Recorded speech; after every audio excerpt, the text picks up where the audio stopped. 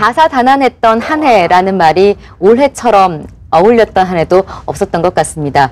이런 2014년이 이제 얼마 남지 않았는데요. 연말 모임에 회식에 술자리에 참 밖에 나가면 들뜬 분위기 느껴지기도 합니다만 이럴 때가 또 강력범죄가 가장 많이 발생하는 시기이기도 합니다. 오늘 이슈토크 전에서 우리나라 치안의 현 주소를 점검해 보겠습니다. 윤기찬 변호사 또 강력계 형사 출신인 신동선 교수 두 분 모셨습니다. 어서 오십시오. 어서 오세요. 안녕하세요. 안녕하세요. 안녕하세요. 교수님. 아, 강력계 형사님 포스가 역시. 여전히 있으세요. 예.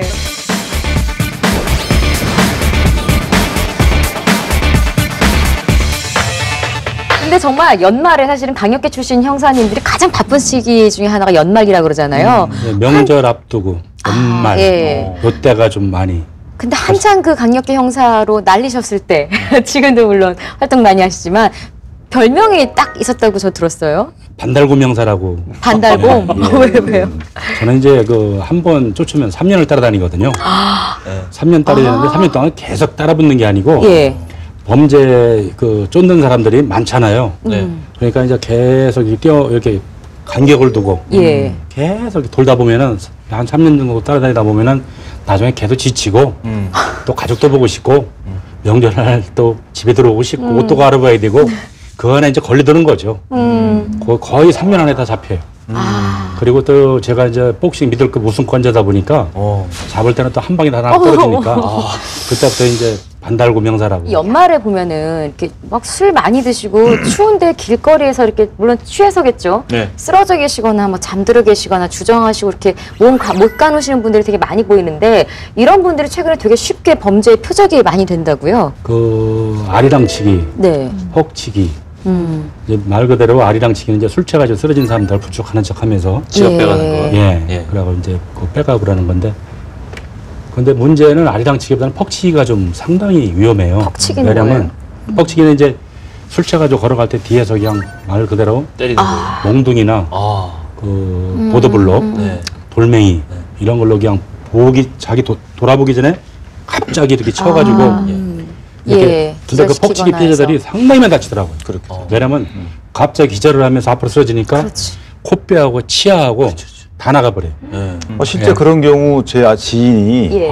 예. 변호사신데요. 예, 예. 이분이 연말에 술을 드시고 강남역이었어요. 그 택시를 탔는데 노상에서가 아니고 택시를 탔는데 네. 택시 뒷좌석을 확인 안 한 거예요. 어머. 그러니까 이 사람은 그냥 부지불식간에 자기가 정신을 잃었던 거죠.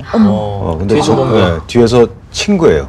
쳐가지고 그 연립주택 허름한 데 갖다 버려둔 거예요. 그 겨울에. 그렇죠. 그러니까 어떤 분이 소변 보면서 노상방뇨하면서 발견했구나. 발견하지 않았다면 이분은 목숨 잃었죠. 그렇죠. 그 정도로 위험합니다. 노상방뇨하신 분이 생명의 은인. 그렇죠. 공교롭게도. 이게 이제 우리나라뿐 아니고 예. 해외도 마찬가지인 것 같아요. 이제 가장 비근한 예로 LA 한인타운이 있는데 얼마 전에 통계를 제가 봤더니 그 타운 내에서 11월과 12월을 딱 비교해봤더니 2배가 네. 범죄 건수가 100건이 넘었다고 하고요. 11월만 해도 한 50건 정도였는데 2배가 늘고 또 뭐 폭행 사건도 50건에 연말이 되니까 12월이 되니까 50건에 달아서 한 달 전과 비교했을 때 거의 한 70% 늘고 이런 식으로 하니까 외국도 우리랑 별 크게 다를 바가 없다. 112 신고 건수가 신고? 지난 5년간 계속 증가 추세라고 해요. 특히 2012년과 2013년 이 두 년도만 비교를 해봐도 62.4%가 늘어났다고 하거든요. 신고 건수가. 뿐만 아니라 이 살인, 강도, 강간, 절도, 폭력 이 5대 범죄잖아요. 이 5대 범죄도 한 20%가 늘어났다고 하니까 그 범죄가 많이 일어나는 특정 지역들이 또 있다면서요? 네. 예. 또 이거는 뭐 공식 통계 자료를 통한 분석인데요. 예. 2014년도 범죄 분석 보고서 대검찰청에서 발간한 건데 여기 보면은 특이하게도 수원이 네. 이 중요 도시 중에서는 또 가장 범죄 횟수가 많은 걸로 나왔어요. 그 뒤에 창원, 이 창원도 새로 좀 상업도시화된 곳이거든요. 그렇죠. 창원, 강남, 부천 이런 곳이 이제 뒤를 잇는데 역시나 상업도시 여기서 이제 유흥업소가 밀집돼 있고 이런 지역들이 좀 범죄 횟수가 좀 늘고 있습니다. 끔찍한 사건들이 수원에서 좀 맞습니다. 일어났거든요. 예, 예. 특히 2012년에 그 오원춘 사건 정말 역대 최악의 정말 그렇죠. 토막 시신 토막 사건 정말 끔찍했죠. 그리고 2013년에 전국 최다 강력범죄 누수로 정말 불명예스럽게 수원이 선정이 됐고요. 최근에 그 박춘봉 예. 사건 예. 이것도 수원에서 거기도 발생했죠. 수원이었죠. 예. 저 수원에 계신 수원 시민 여러분들이 글쎄요 좀 불안하실 것 같아요. 근데 오원춘 사건 같은 경우도 이제 예. 특이한 점이 둘 다 가해자도 피해자도 중국인 아니었습니까? 외국인의 관련된 범죄들이 굉장히 많이 늘어나고 있다. 이것도 상당히 특징적인 건데요. 예. 수원 고등동 같은 경우는 주민이 11,000명 정도인데 등록 외국인이 4분의 1이에요.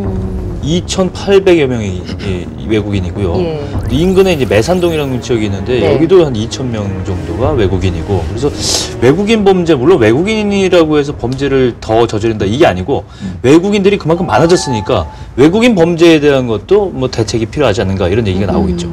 그 수원 토막 시신 사건 박춘봉 그의 검거도 잠복 근무를 해서 검거를 하게 됐다 이런 이야기를 들었거든요. 형사하면 따라가는 게 잠복입니다. 보통 한 달 정도는 이제 뭐 한 달이요? 보통 한 달이요? 왜냐면 여기서 터지면은 얘들이 네. 저기 뭐 지방 얘기만 하면 뭐하지만 지방 쪽으로 다 도망가거든요. 예. 추적추적해서 거기 가서 잠복을 지방 가서 해야 돼요. 그러다 보니까 이제 힘들어요. 그럼 집에도 못 들어가시고 계속 그 지방에서 집 챙기는 형사는 그 형사가 아니라니까요. 지 와이프 가족 챙기는 형사는 그거 형사 아니에요. 그걸 버리고 네. 가정을 버려야 지가 형사 멋있는 형사가 되는 거지. 가정 챙기고 도둑놈 챙기고 어떻게 지가 형사가 돼요. 그래서 강력한 형사들이 좀 이혼을 많이 하는 편입니다. 근데 가슴 아픈 이렇게 얘기네요.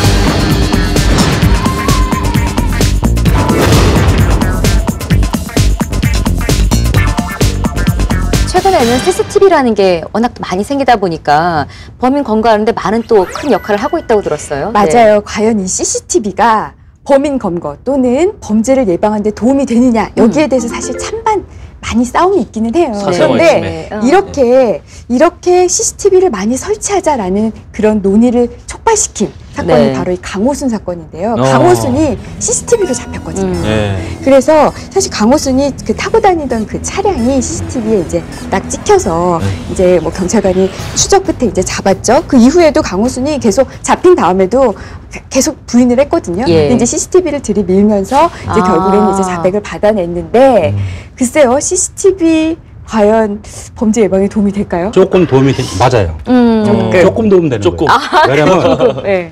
사건이 나게 되면은 네. 방법이 다양합니다. 그 치고 들어가는 방법이 일단은 지문서부터 해서 예. 그 친구 관계, 혈연 관계, 그 최근 출소자, 동일 수법 전과자, 채권 채무 관계, 전화번호, 카톡, 일기장 여러 가지 치고 들어가서 자료를 우리가 수집을 하는데 예. 그 중에서 CCTV도 이제 하나의 자료가 되는 거죠. 그러니까 우리가 여러 가지 치고 들어가면서 한쪽 팀은 CCTV 쪽으로만 예. 전문으로 예. 이제 치고 들어가는 거죠.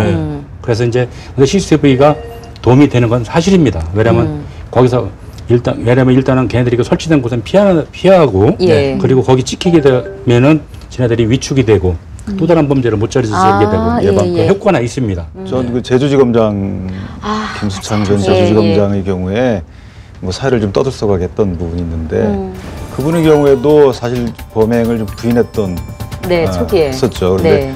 경찰 관계자에 따르면 이미 CCTV에 워낙 그 선명하게 찍혀 있기 때문에 본인들은 쉽게 단정할 수 있었다고 얘기를 합니다. 네.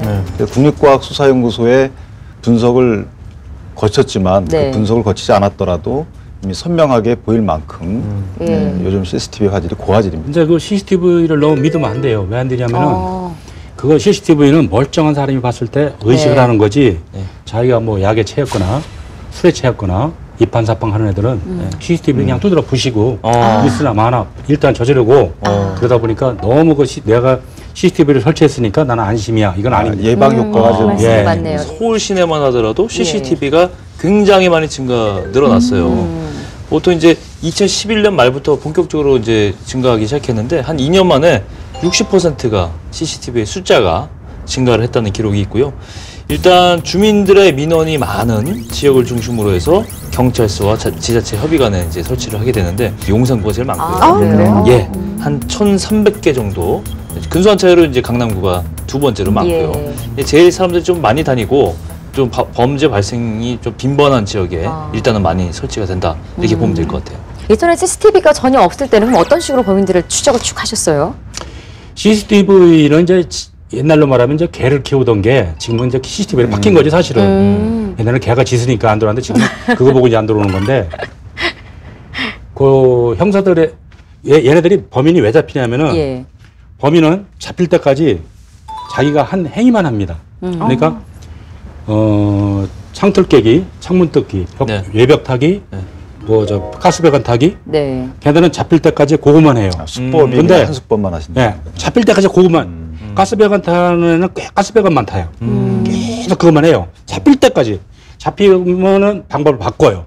근데 형사들은 다양한 방법을 다 이렇게 해보다 보니까 알아요. 걔가 왔다 나가면 아, 얘 범죄형은 이거구나. 그래서 동일수법 전과자만 확보만 해도 예. 벌써 그만큼 줄어들죠. 그렇죠. 그 범죄 그 용의자가 네. 거기다가 최근 출소자 네. 뭐 이런 식으로 이제 축소해서 네. 이제 하는 거죠. 범인 검거를 하다 보면 특히 이렇게 오래 하셨으니까 감이라는 게 또 상당히 크게 이렇게 발달한다고 해도 될까요? 그렇죠. 그게 감이 있어야 될 있다고 것 같아요. 들었어요. 예. 제가 보기에도. 강력반이 각 경찰서에 6개 반이 있습니다. 예. 얘네들이 다 눈이 뒤집어져 갖고 있는 건데 예. 네. 못 잡아가지고 난리죠. 예, 근데 예, 예. 보통 한 개 반이 6, 7명으로 구성이 돼 있어요. 반장, 강력반장, 데스크, 이제 조원들. 근데 지금 얘기했듯이 감이 좋은 형사가 있고 또 이게 그 첩보 수집을 잘하는 형사가 있고 자백을 잘 받는 형사가 있고 요렇게 여러 가지가 이루어져야 네. 그게 팀이 이루어지는 거지. 그렇군요. 예, 예, 팀워크 예. 되겠군요. 예, 다 잘 잡으면 이 조선은 누가 꾸며요? 그렇죠. 그럼 저도 못 꾸며요. 또 그렇죠, 그런 사람들은. 예. 정말 이렇게 많이 분노하셨을 것 같은 대표적인 사건 중에 하나가 유영철 사건. 잊지 못할 사건이죠. 빼놓을 수가 그렇죠. 없어요. 시대의 살인마죠. 유영철. 2003년부터 2004년까지 부유층 노인과 여성 무려 20명을 살해한 그랬죠. 사람입니다. 예. 네. 이 사람은 사실 이 사람이 특수절도로 교도소에 수감하고 있다가 이제 일방적으로 뭐 이혼을 당했다고 해요. 이런 거에 이제 불우한 가정 환경, 뭐 실패한 결혼 생활 이런 게 모두 복합적으로 작용을 해서 어떤 부자와 여자에 대한 이런 원망, 어떤 분노 이런 게 좀 있었다고 해요. 결국 그걸로 인해서 이런 끔찍한 살인을 저질렀는데 정말 유영철을 글쎄요. 저는 이 기사나 어떤 사건만 봐도 소름이 네. 좀 끼쳐요. 그 너무 양반이 끔찍해요. 지금 그 사형 선고를 받았죠, 그죠? 네, 받았습니다. 사형 선고 받고 지금 수감 중인데 최근에 또 무슨 뉴스 기사에 나오더라고요. 감옥에서 뭐 성인 잡지물을 뭐 반입을 해서 봤다 그러던가. 그러면서 뭐 교도관의 도움으로 그것도 성인 잡지를 반입을 해서 그 불법이잖아요, 그죠? 한도 끝도 없는 것 같습니다. 어이가 없네요. 어이가 없죠. 반입을 시도했는데 네. 업체에서 아무래도 불법적인 행위 같다 싶어서 그래서 들통났군요. 예, 그래서 업체에서 이제 협조를 안 했기 때문에 반입 자체는 되지 않았던 거예요. 유영철 사건은 사건도 사건이었지만 또 다른 논란이 하나 있었습니다. 그 마스크를 벗겨서 얼굴을 네. 공개했었잖아요. 네. 이 당시에 아무리 범인이지만 얼굴을 공개한 건 인권 침해다. 아니다. 저런 사람은 어떻게 그러니까 인간이라고 이야기할 수 있는데 여러 가지 이제 분분한 대견이 있었어요. 그렇죠? 네. 이때 뭐 저도 인터뷰를 했지만 예. 실제 이 유영철 사건부터 강우순 때까지 상당히 논란이 됐던 부분이에요. 근데 이걸 이제 입법으로 해결을 했습니다. 그래서 특정 강력범죄 처벌에 관한 특례법이라고 예. 2010년 4월경에 이 법을 만들었어요. 만들어서 한 4가지 요건, 뭐 잔인하고 그다음에 이 피해가 아주 중대하다. 그리고 증거가 좀 명백해야죠. 네. 증거가 명백하지 않음에도 얼굴을 노출시키면 그 사람 인권은 회복할 수가 없는 거기 때문에 청소년의 경우에는 또 안 됩니다. 그래서 이런 4가지 요건을 충족하는 경우에는 예. 수사기관의 판단에 따라서 얼굴을 노출시킬 수 있도록 있다. 그렇게 되어 있습니다. 근데 그 범죄자 인권이라는 게 말이에요. 예. 우리 강력반이 나갈 때 우리는 약한 사건은 안 나갑니다. 네. 그 약한 사건은 일반 형사가 나가고 좀 잔인한 사건은 강력반이 나가는데 가서 그 다친 사람들 보면요. 인권이란 게 과연 어디까지를 인권으로 따져줘야 되는 건지를 근데 이거는 좀 사실 국민의 알 권리 충족 차원의 고려가 큰 것이지 예.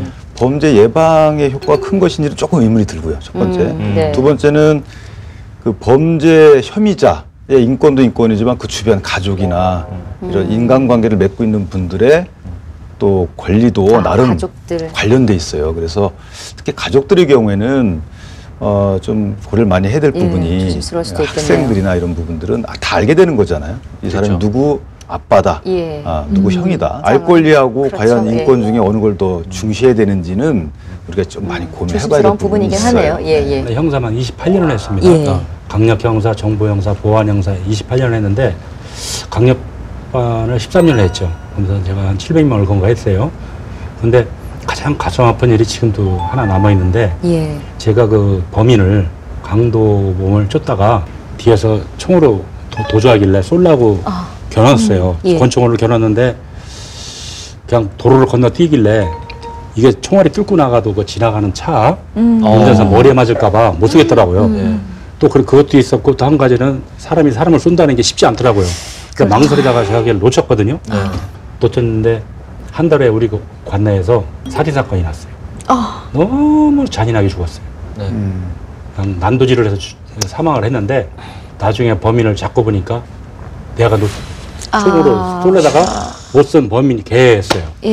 그런 애가 그 자책감이 지금도 있죠. 아유, 그런 거는 아닙니다, 교수님. 예. 그때 그 부인께서 와가지고 내 멱살을 잡고 통고라고 부르는데 그게 지금도 많이 가슴에 남아 있어요. 아이고.